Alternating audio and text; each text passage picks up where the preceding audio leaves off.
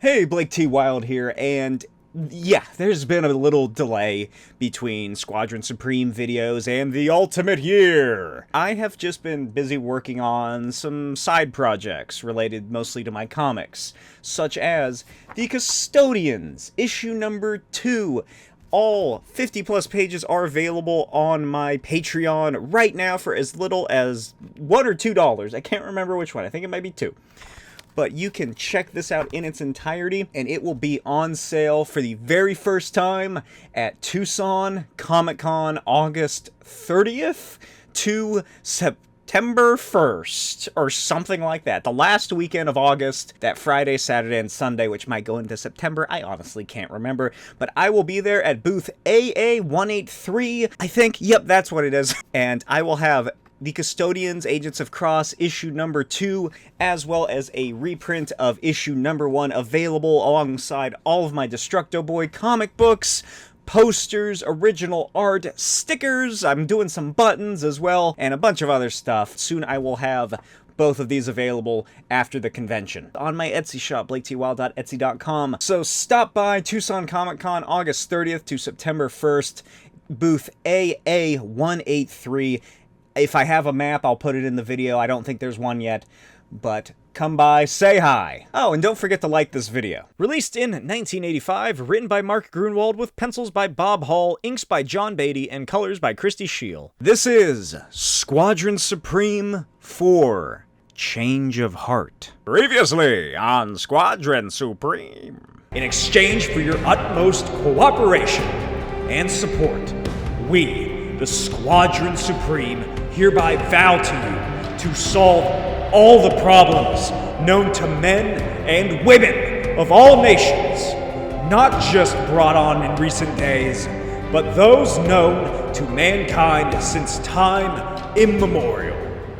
Lady Lark and Golden Archer return to their apartment but discover it has been trashed and looted. Archer finds a dead body lying against their sofa, but he keeps that discovery to himself. Hyperion then announces that every gun and ammunition factory in America has been shut down. Golden Archer and Lady Lark discuss their appearance in Angelopolis. Blue Eagle, Lady Lark, and Nuke soar through the sky in search of any mobs that may attempt to waylay the convoys of food heading to Cosmopolis. Then Nuke sends off a trouble signal.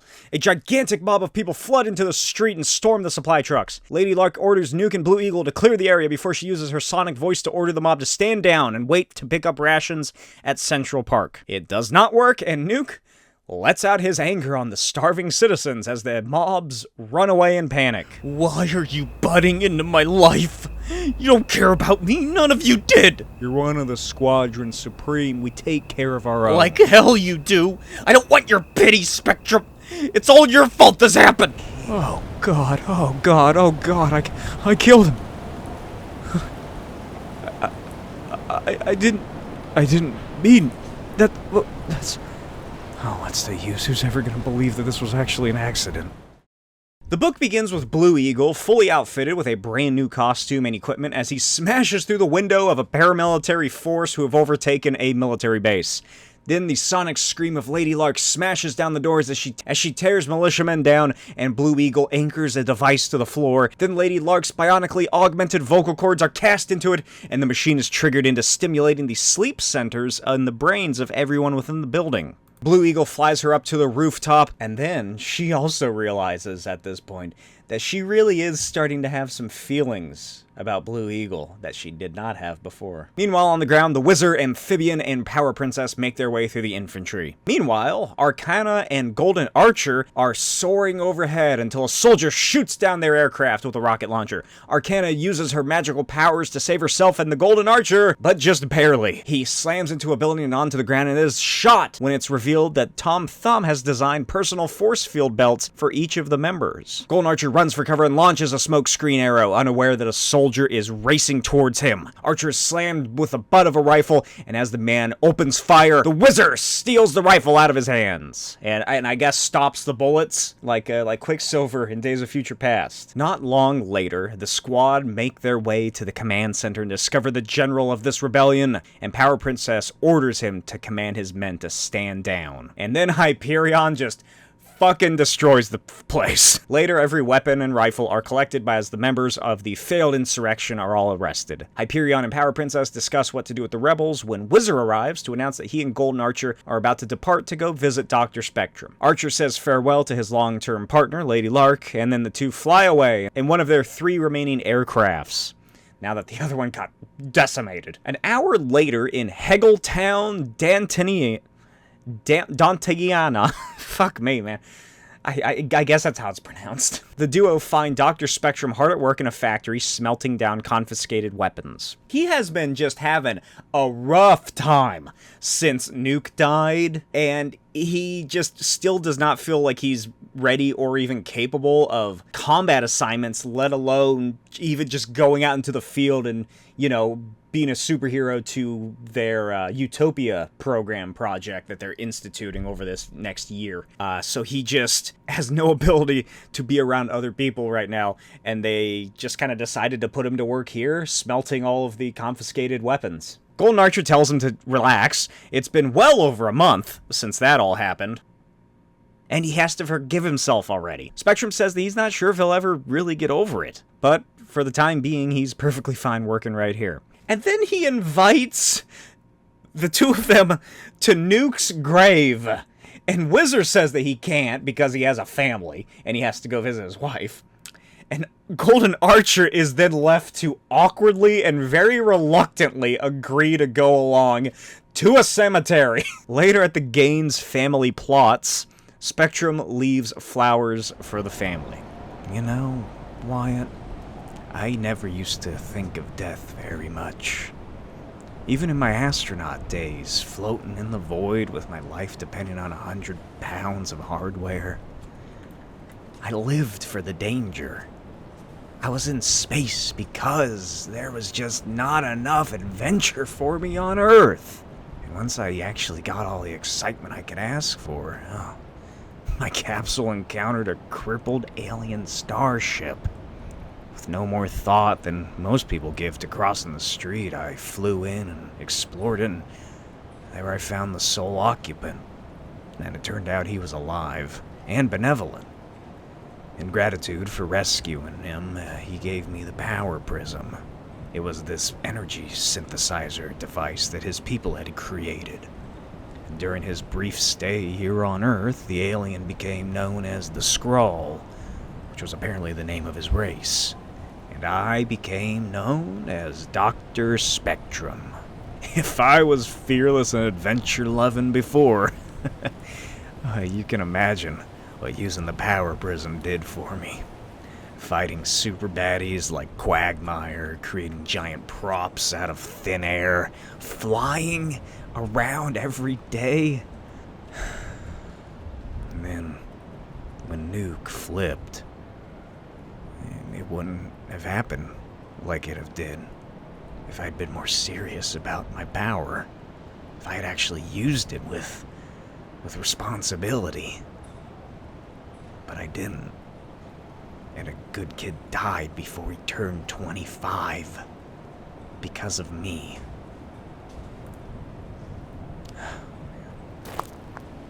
Joe, I can't tell you I know what you're going through.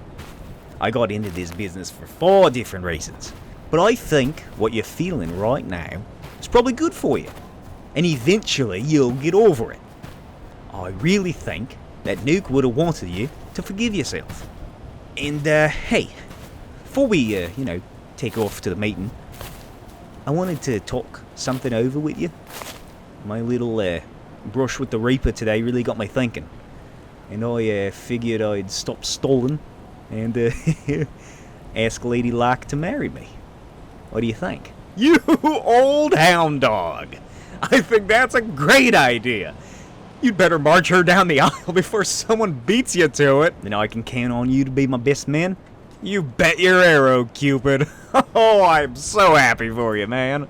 Later that night, at the Squadron's headquarters, Hyperion and the others finish their daily check-in when Tom Thumb arrives with a little robot to display to them the prototype of his newest invention for the Utopia project. He calls it the Behavior Modification Program, and this device is called the B-Mod for short. Then he starts to explain how it works, as Golden Archer gets pissed off that the midget decided tonight of all nights to go on about a long presentation. Tom explains that the device is used by placing the helmet over the wearer's head like they're at a hair salon, and then modifies his or her cells to replace any negative tendencies with positive ones. Tom tested it on himself as the first human trial to get him to stop biting his fingernails, and it worked, which means that they can permanently reform any criminal into a well-adjusted member of society. No flaws!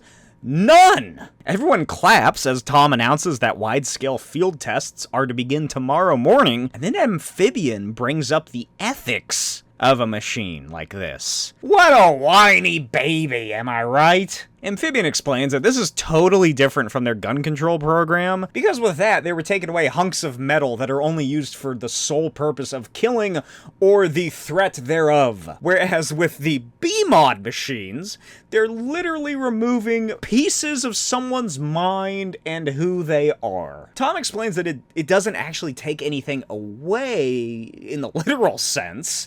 It just kind of makes the person find a certain idea or behavior that they used to find acceptable, no longer such. Of course, again, his fingernail biting. Amphibian retorts that they're still tampering with free will and they can't go through with this, and Arcana agrees and thinks it's totally unnatural, and if the public learns about this, things could go very poorly. Dr. Spectrum suggests it could be a voluntary process, at least at first, with the offer of immediate parole, and then Hyperion calls it to a vote. And the only dissenters are Arcana and Amphibian, and this causes Amphibian to storm out of the room. Also, I haven't brought it up before because he hasn't done much, and this is probably about as much as he does, I think. Amphibian's real name is Kingsley Rice, and he is an obvious parody of the King of Atlantis over at DC Comics, Arthur Curry. With the meeting adjourned, the members either make chat or go off on their own for the night. Golden Archer and Lady Lark being two specific examples. Archer asks if they could head outside for a walk, because he has something to talk about. And out in the cool, crisp air of whatever mountain range this is, the crickets chirp in the brush and the stars shine unabated above them. It is the perfect romantic evening. And now we set the stage. Linda, there's no point really beating around the bush, after all. You and I known each other for years now, and I don't know about you, but I can never keep any secrets from you. But what I'm trying to say is, I've been thinking about this a lot, and how about if you and me got married? Married? This is so sudden. So out of the blue, Wyatt. I don't know. Oh, hey, after all the time it took me to get around to asking you, I didn't expect an immediate answer. Take your time, think it over. All I can say is that I realized I love you like I'll never love anybody else. Lady Lark then returns to the base, and Archer, so excited, runs down the hill to a slope and just releases a couple of explosive arrows into the sky in celebration. Later, Tom Thumb and Hyperion are, working together and inspecting the B-Mod machine as Blue Eagle, Spectrum watch football, and Whizzer calls his wife over a video phone. Lark finally makes her way to the sleeping quarters where she finds Arcana. She stirs her friend to consciousness and then sits down next to her. I'm in an awful predicament. Wyatt proposed to me. But I don't feel the same way about him that I used to. And I've been working up the courage to actually tell him that, but oh my God, now he's gone and sprung this on me. How could I possibly let him down easy? This is gonna be a mess. Oh, I was in the same situation once too, Linda, before I met Philip. And I think the fairest, most honest thing you or anyone else can do is to tell him how you really feel. Be gentle, but firm. And I also recommend you get it over with as soon as possible. Linda then gets up to leave, and Arcana briefly stops her, wanting to tell her something, but figures that now probably isn't the time. And as Lady Lark leaves the sleeping quarters, Arcana thinks about how excited she is to just tell someone that she's pregnant again. That's right. This is a really fun thing, and something that I have always suspected character Emma Frost as doing.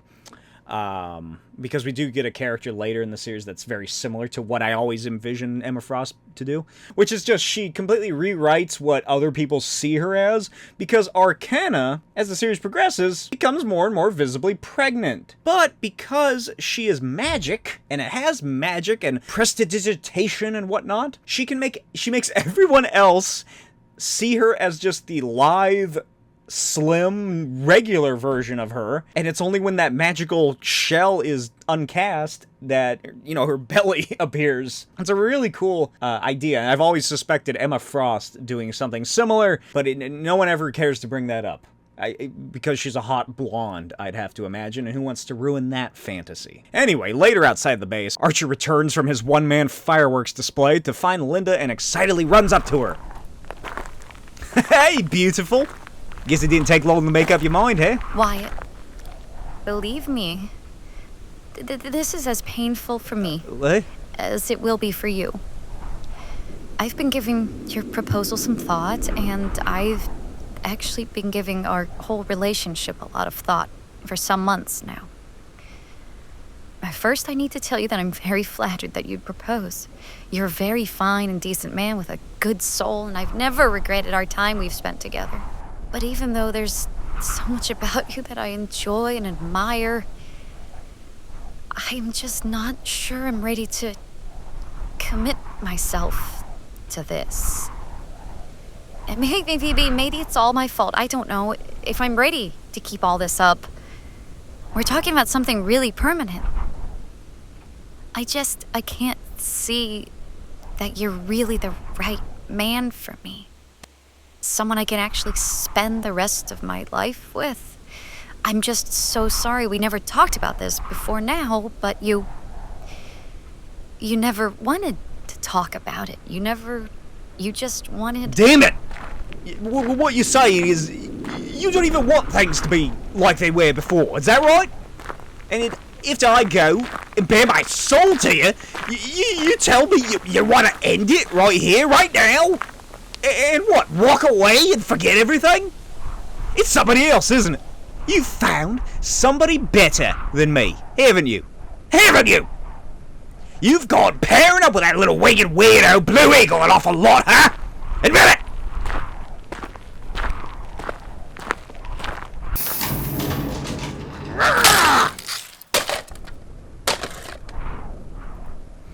God almighty, I really hope these walls are as soundproof as I think they are, because otherwise my neighbors are gonna think that I'm getting into a weird fight where I'm putting on a crazy accent.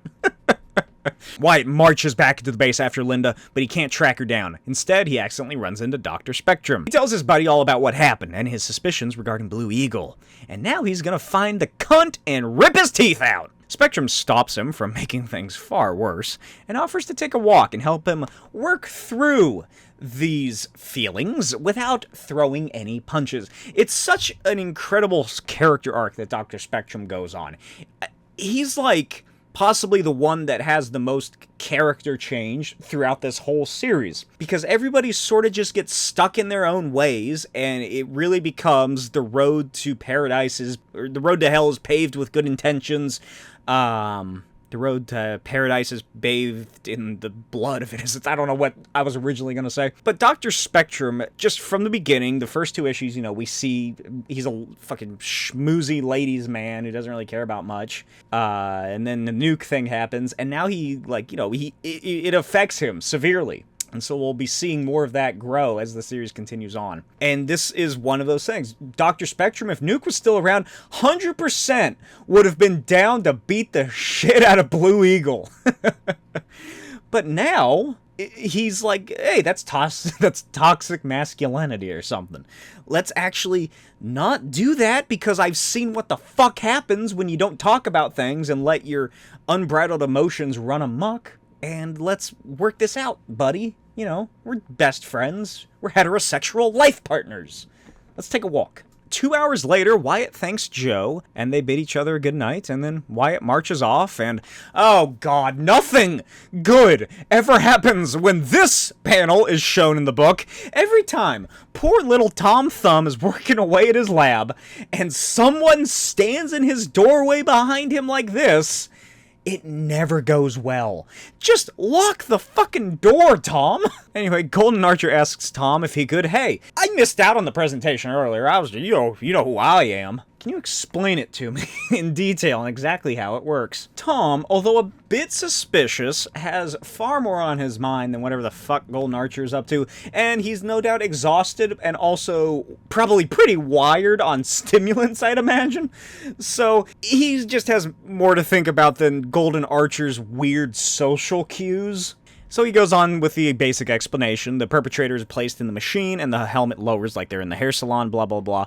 And then after, the access code is inputted, which Tom explains to him what this test device's access code is. It's just like a basic default. Thumb, his last name, I guess.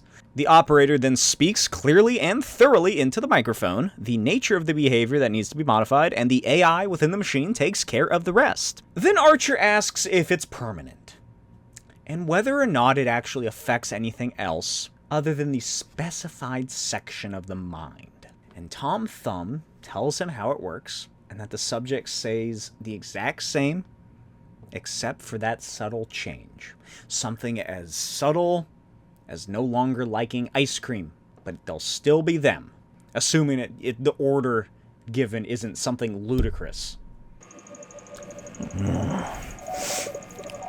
What was that about? It sure ain't like Wyatt to take an interest in my work. He didn't even call me a midget. Must have decided to stop acting like a jackass.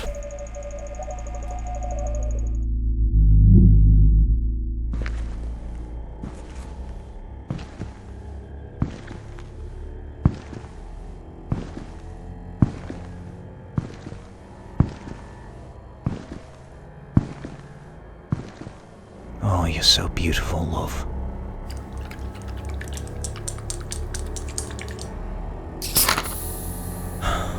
Here's something to help you sleep.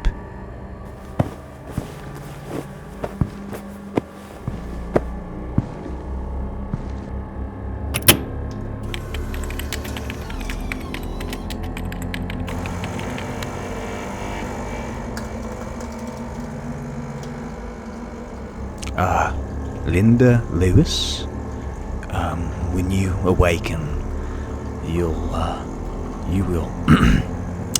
when you awaken, you will love Wyatt MacDonald, the Golden Archer, with all your heart, and all your mind, and all your soul. And you won't ever be interested in anyone else again.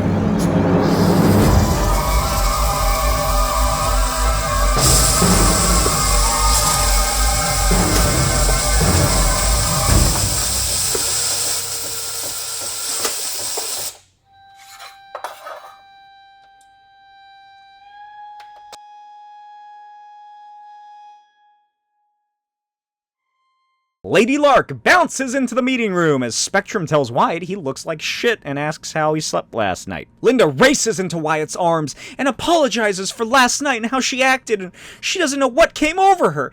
And if he'll still have her, she will marry him. And then they embrace and kiss passionately in love as Arcana enters the room. The end.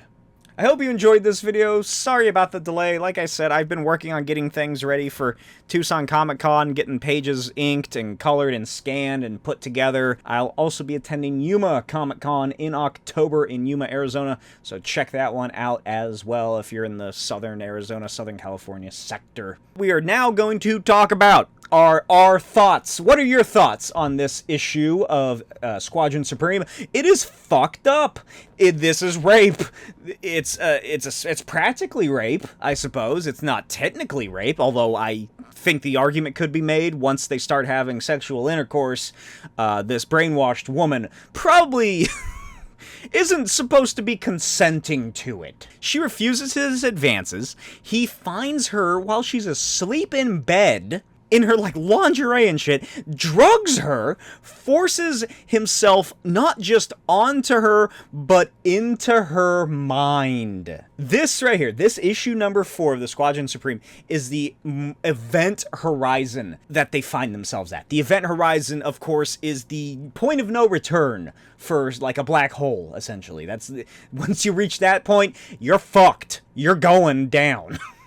And that's where they're at now. Once Golden Archer uses the beam-on machine on Lady Lark, there is no going back. She's gonna stay like this for pretty much the rest of the series. But even once Tom Thumb invents this fucking device, there is wholly no going back. The behavioral modification machine is the biggest crux in this whole storyline. Everything that will go wrong from here can be rooted back to this exact night in history where Tom Thumb rolls out the B-Mod machine, shows him how it works, and Golden Archer gets rejected. This is the snowball that's trickling down. And now, like I said, it's reached that point where you can't fucking stop it. Spoiler alert, like I said, Lady Lark, as a person, is pretty much destroyed at this point. She can't do anything without Archer's involvement, and she's absolutely becomes obsessed with him. His refusal of this proposal, I love this. Because it's not high stakes like we typically imagine. There's nothing world-ending happening here. It's high stakes on a microcosmic scale. It's high stakes of ethics. It's high stakes of morality. And it's just so horrid what happens in this book. And it's nothing. It's one night. That just happens. And Wyatt's refusal of the proposal is so unfortunately realistic. Just how fucking angry he gets and how insidious he becomes because of it. I'm gonna get a little preachy here. The majority of my audience is men, I believe, unless you're lying about it. Don't do this, guys. The worst thing that could happen to you when you get rejected by someone, man or woman or other, is that you're rejected. Nothing else is going to happen. That's what's going to happen. They're say no. And you move on. You grow past it. You move beyond it. It's even worse because it happens so much later. And it's so sad that Dr. Spectrum, after he sees what happened and how his life kind of fell apart after infighting and whatever else, and seeing the mind of, like, one of his friends being broken, and he sees those steps being taken towards Golden Archer going down the same route, probably, because, don't forget, Nuke was also talking about killing Thumb, and now Golden Archer's talking about beating the shit and possibly killing Blue Eagle. He wants to try and dam up that leak, and unfortunately for him, he patches it over and walks off, and then about 30 feet down the dam, there's just a flood happens. It's premeditated. That's the worst part. It doesn't happen until the middle of the fucking night, because it happens at like midnight or something, I think, is when Tom Thumb and Golden Archer meet. 3-4 hours later, Golden Archer enacts his fucking plan. Like, he's just sitting in the lounge room or something, or the meeting room, probably fucking staring down the chair that Blue Eagle sits in, or like hovering over him in bed or something, thinking about what he could do to him. Is he arguing with himself over what he should or shouldn't do? He has some hesitations until he finally, I learned to snap, by the way, reaches the option of rewriting Linda's mind. And that is scary. That is horrible. Like I said, this is the most realistic part of this fucking book, is how he reacts to this, to the rejection. And I kind of lost my train of thought there at the end. It's so fucking hot in here right now. It's like 120 degrees outside, and I have all these fucking lights on, and the office door is closed, and there's no fans going, and I'm just getting so fucking hot in here. So I'm gonna end it here. After my little weird tirade about rejection and horrible masculinity and all that hoo-ha. Let me know what you thought in the comments below. As always, follow me on Instagram at NotBlakeWild. Check out my Patreon, patreon.com/Smokey'sVideos. Etsy, BlakeTWild.etsy.com. Check it all out. Follow me online. Come see me at Tucson Comic Con, August 30th to September 1st. Booth AA183. And I will see you guys next time for the return of the Ultimate Year. Bye.